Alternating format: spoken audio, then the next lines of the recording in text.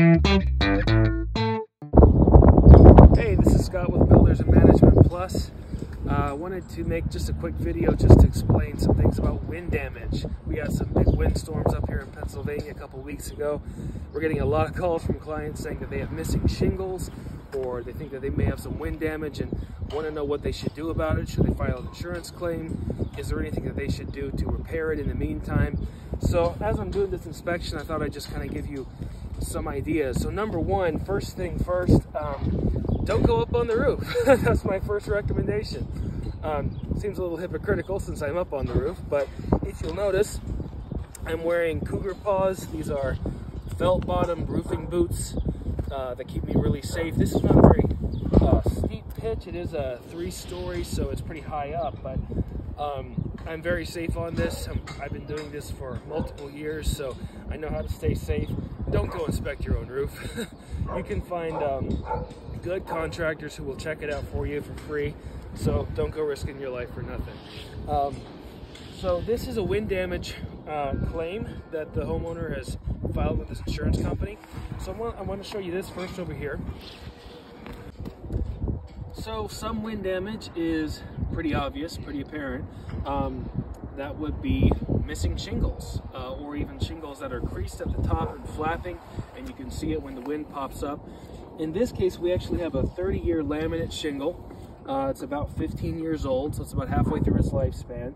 And the homeowner called us because he's underneath this tarp, he's missing a whole stretch of shingles. About 3 or 4 of those architectural laminate shingles are missing. So the first thing that you want to know is, if you are missing shingles and it looks like there might be exposed felt or underlayment, or even exposed decking underneath that, you actually have an obligation as a homeowner to mitigate that damage under your insurance policy as quickly and as best as you can. What does that mean? That means stop any more damage from happening.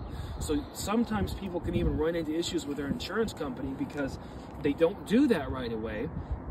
They just wait for their adjuster to come out and look at it, and in the meantime they get more rains, they get more snow, whatever, and the interior starts to sustain damage. They get leaks coming in through the attic, it drips down the joists, and then it's into their bathrooms, it's into their kitchens, their ceilings are damaged. And if you don't mitigate that damage quickly, the insurance company could come back and say, hey, you had a responsibility to do that, you didn't do it, so we'll cover the roof damage, but we're not touching the interior.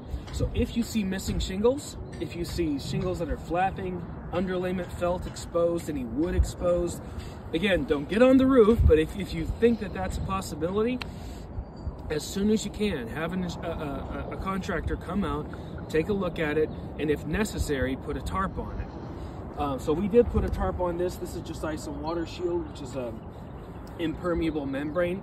It's a temporary fix. That you don't want to leave this for too long, but this is until the adjuster comes out and takes a look at it. So underneath this, we've got missing shingles. That's the most obvious thing you'll see with wind damage. Now I want to show you something else down here that's not quite so obvious.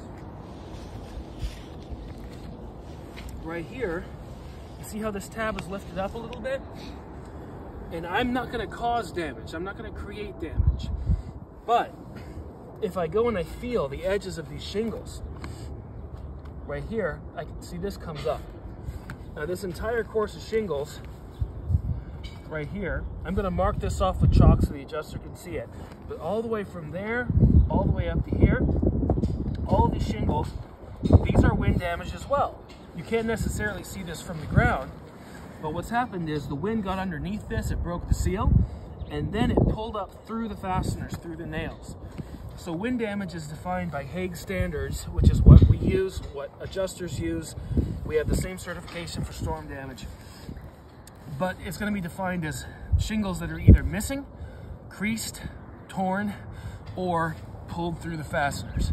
So we have multiple sections along this roof that from the ground you can't really tell. It doesn't look like there's much wind damage. All you see is this patch. But like I just showed you, you've got a lot of this. Look at this. All the way across there, you've got these that are pulled through the fasteners, and that's damaging the shingle itself on the nailing strip. That fastener is pulled all the way through it and ripped.